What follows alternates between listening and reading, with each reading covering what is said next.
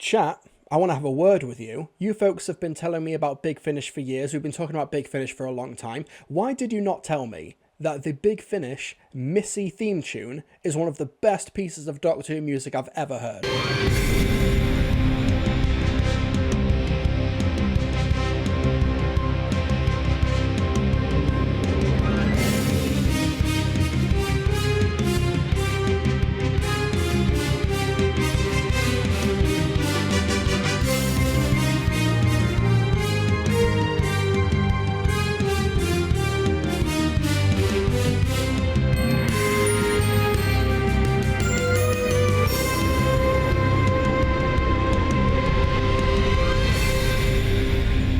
Chat, you kept that from me. Why did you not tell me this? I thought we had an agreement.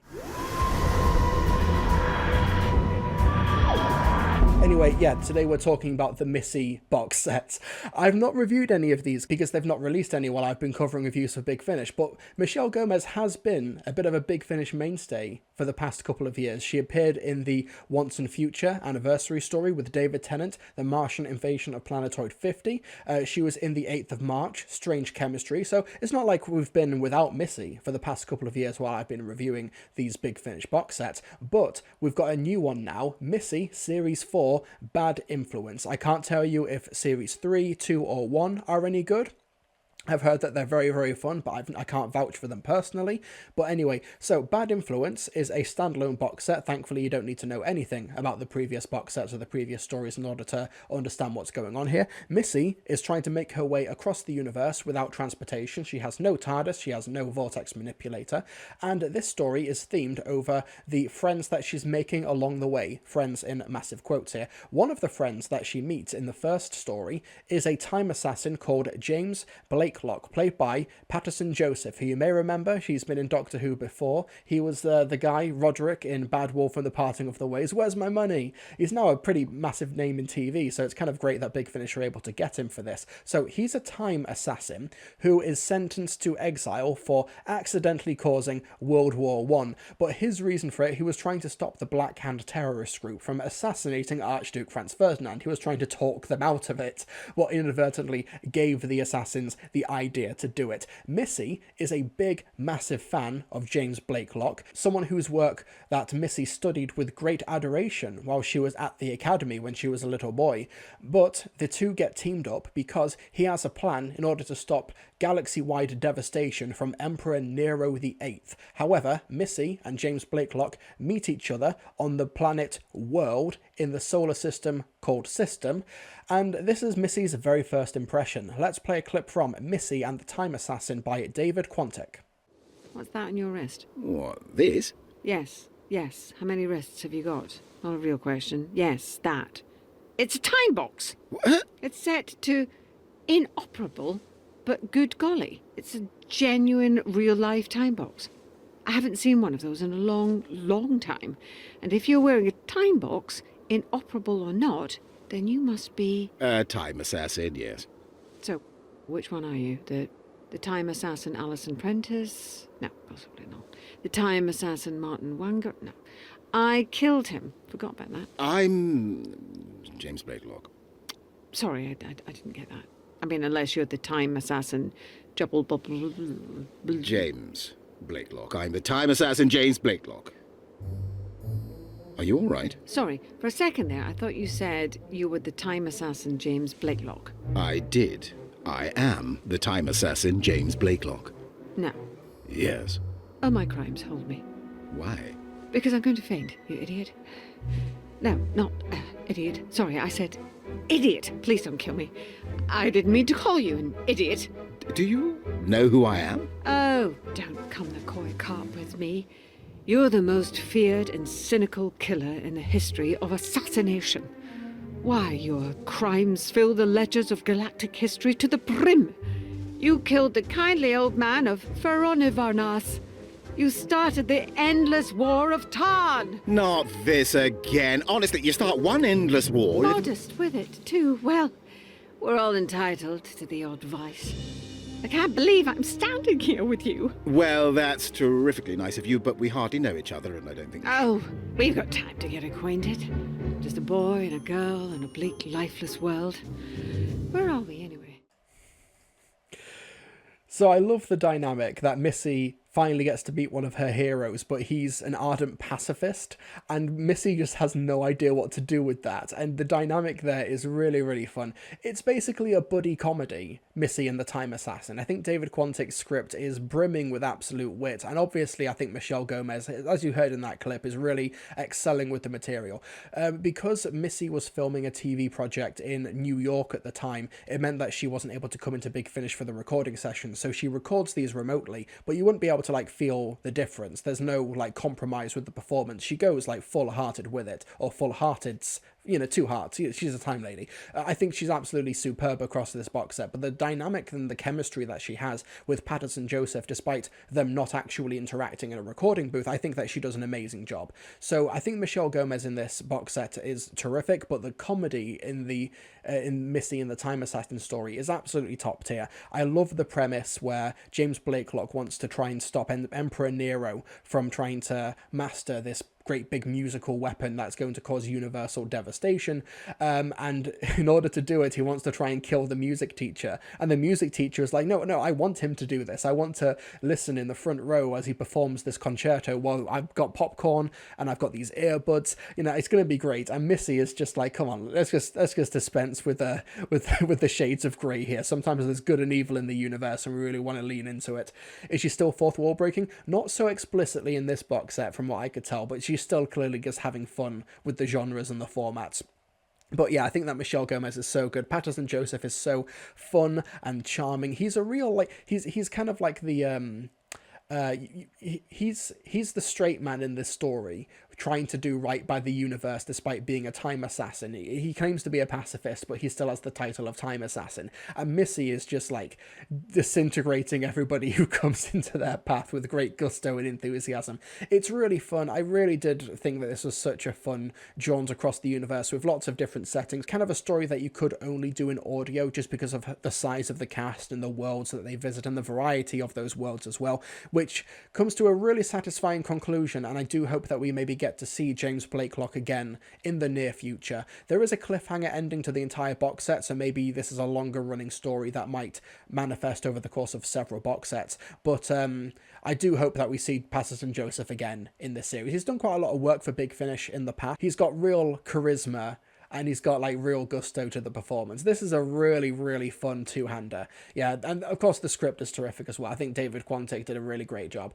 Next up, we've got Bad Apple Brigade by Freddie Valdosta with their very first Big Finish script. This is a Big Finish debut, and with a Missy box set, it's you know, you've got pretty high expectations. The real question is, how much money are they paying him? Chat, I've seen the chat. I've seen you folks having fun with the Roderick connection, and I love it. It's really great. So you've got Bad Apple Brigade, which sees Missy stranded after the events of Missy and the Time Assassin on Brownsea Island.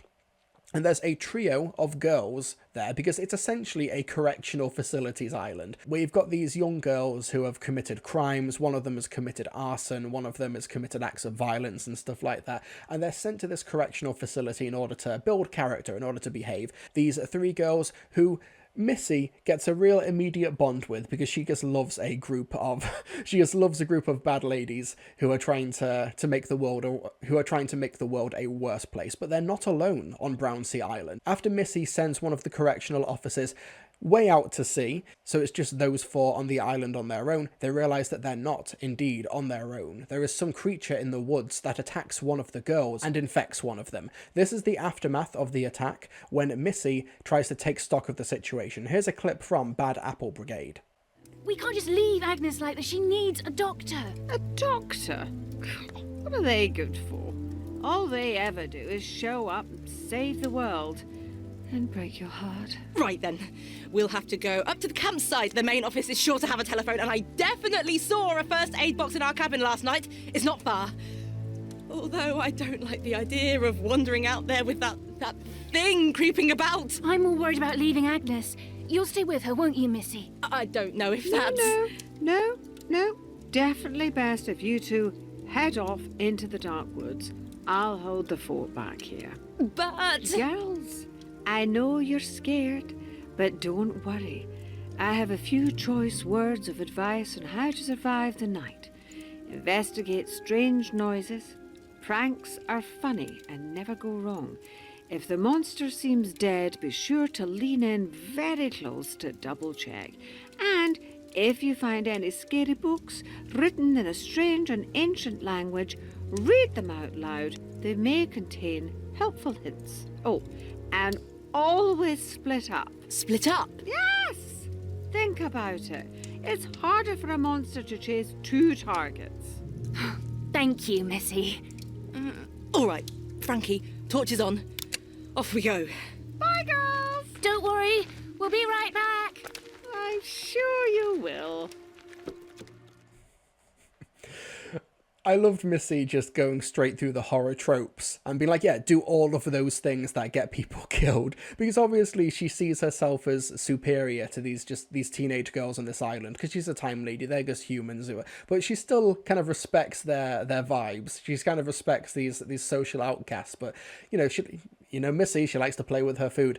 I think that the first half of Bad Apple Brigade is a pretty fun, subversion of slasher horror tropes. You heard it in the clip there, but it's the idea that these girls are separated and Missy is essentially just prodding them, just trying to lure them into these traps because it's just a way to entertain herself on the weekend in Brownsea Island. And that's a lot of fun. And I think the dynamic between the girls is really good as well. There's a real sisterhood to them. I think that the young cast acquit themselves really well to the roles that they've been given here of these teenage outcasts, but they still have some weird unity, this unorthodox sisterhood with each other. I really liked that.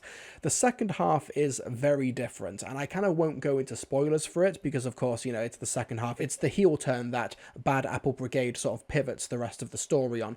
There's a real great performance at the heart of that pivot, a really, really great performance from a Doctor Who actor who we've seen in the past in the TV show proper, and also some great roles in Big Finish in the past.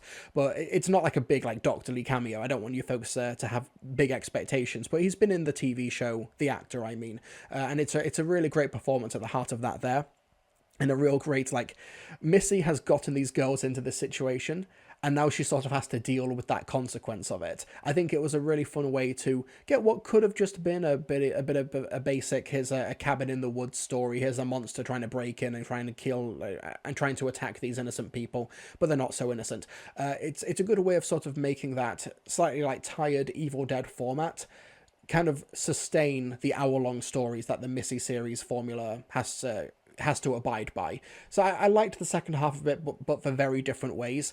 But I did find the first half a bit more interesting. The second half was a lot more fun, but I did really like the atmosphere and the genre conventions that it was playing with in the first half of it. And you know what? Freddie Valdosta, with their Big Finish debut, this was a really strong debut. I think that they've got a really great handle on Missy as a character. You heard in that clip there, everyone reacting to the Break Your Heart clip. That was lovely stuff. Like I said, Michelle Gomez is great, but the cast across the board here is really strong as well. It's essentially, for the first half of it, it's a four-hander with Missy and the three girls, and then for the second half, it's a five-hander with the added element. I liked it a lot. I really did like it a lot, yeah.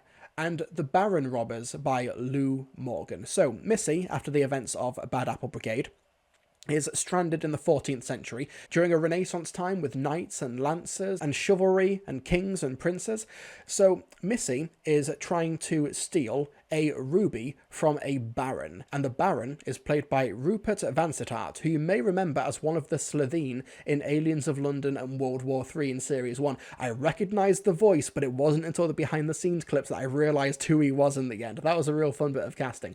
So Missy wants to try and rob the Baron because he has a ruby which is owned by the famed Black Prince, one of the big winners of the recent jousting competition. She wants to steal the ruby because it's the component that she needs for her vortex manipulator. It's not just a simple ruby. And she infiltrates the Baron's castle by claiming to be a healing person, but not a doctor. Do not say that she's a doctor, of course. And she goes gung-ho with the leeches treatment, which is such a fun running joke over the course of this story that Lou Morgan keeps on escalating over the course of the story, and I loved it from beginning to end. But she's not the only one who is after the ruby. And after a little bit of interrogation, she meets one of the servants there called Anne, who is played by Natalie Gumede. So let's play a clip from The Baron Robbers, which sees the end of one of Missy's interrogations. Please, let me up! And how are you doing there? What was your name again? Cobb, was it? It's quite a drop down to the moat from that window ledge, isn't it? What do you think? 40? 50 feet? Please, I can't hold on! Well, you're doing ever so well. You've been there for ages. You must be very strong, especially with that armour on. It looks heavy. Is it heavy? What do you want? Oh, Cobb, I thought we understood each other. You know, I thought we were on the same wavelength. Tell me where it is. The treasury! The ruby's in the treasury! Oh, there you go. You see? That wasn't so difficult now, was it? Help me! I'm slipping! I can't hold on! No, that's all right. Oh, you can go now.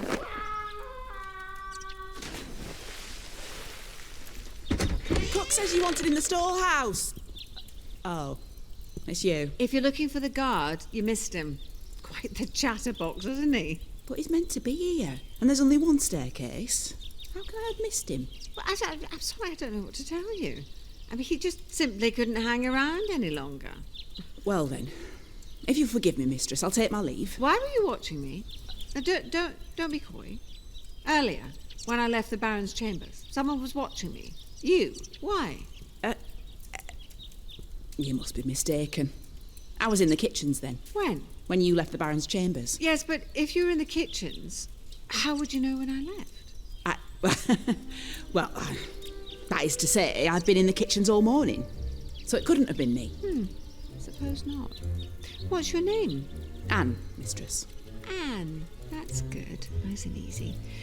Usually I'm terrible with names, but I'll make sure I remember yours. So the Baron Robbers, after a pretty lengthy introductory act where they establish the players and they establish what Missy is after and her infiltrating the Baron's stronghold as a healer with a propensity for leech treatment, the story changes a little bit into basically a heist story. You've got Anne and Richard, who are servants of the Baron, and they have been doing a little bit of light thieving on the side, stealing a couple of things from the Baron here and there because they've got a personal grudge against him for ransacking their village years ago. And they team up with Missy in order to steal the ruby. And obviously Missy is here to play to win. You know, she's not going to let these servants have the ruby, even though that's what they're really, really after. So you're kind of waiting here for the inevitable betrayal. You're waiting here for the inevitable, the heist goes without a hitch, or it has some complications, but they get it in the end. And then Missy just ends the servant's existence in the most brutal way possible. Possibly with some cannibalism, because that's what Missy is kind of all about. So I think that The Baron Robbers is a really strong comedy, like, most of the box set. It's just a really, really fun time. But I do kind of think it's the weakest of the box set. I think that the setting is really strong, and I think the first act is really, really good while Missy is sort of infiltrating the Baron's stronghold, but the heist itself I didn't really find particularly interesting. I cared about the servants in the story and their plight and their motivation, but as characters I didn't really engage with them as much as the three troublemaking girls in Bad Apple Brigade, or as much as James Blakelock in Missy and the Time Agents. It seemed like the servant characters were a bit of a downgrade in terms of the quote bad influences that Missy is going to be having over the course of the story, because that's the theme of the box set, so I think it kind of counts for something. That's not to say that The Baron Robbers is a poor story. It's fun. I enjoyed it, and I liked that this is a box set that really played with genre. Missy and the Time Assassin is a buddy road trip story. Bad Apple Brigade is a knowing subversion of the Cabin in the Woods horror story, and The Baron Robbers is a heist. I think that these three stories in terms of genre really complement each other and contrast with each other simultaneously really, really well. But I do think that The Baron Robbers itself, the characters weren't quite as interesting and the humour just wasn't quite there as it was with the previous ones. I still enjoyed it, and it ends on an interesting cliffhanger that will clearly lead into future Missy box sets, but Lou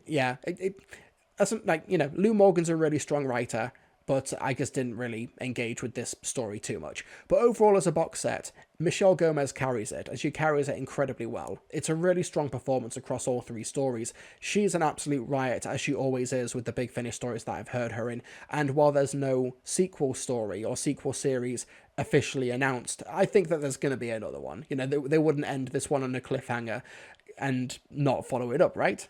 You know, I'm looking forward to seeing where the story goes and where Missy's misadventures throughout time and space take her next. So yeah, I'm looking forward to the next one. As a box set on its own, it's not like a game-changing or like life-altering story, but it's kind of similar to the Paternoster Gang box set that I reviewed last week, where it's just really fun and really solid with great character work and really strong performances. You know, it's one of those where, do you like Missy as a character? Do you like Michelle Gomez's performance? Then yeah, this is a really easy one to recommend. If you enjoy The Master, if you enjoy like historical comedies, because like the Paternoster Gang box set, this is like a comedy at the heart of it, with a few like dark themes and some gallows humor and some dark humor and stuff. It's a really easy one to recommend if you're a fan of Missy or if you're a fan of dark comedies. Bad Influence is a really strong outing from Big Finish and Missy as a character, and I can't tell you about the other ones, I can't tell you how it stacks up with the previous series, but this one, really fun, really good time.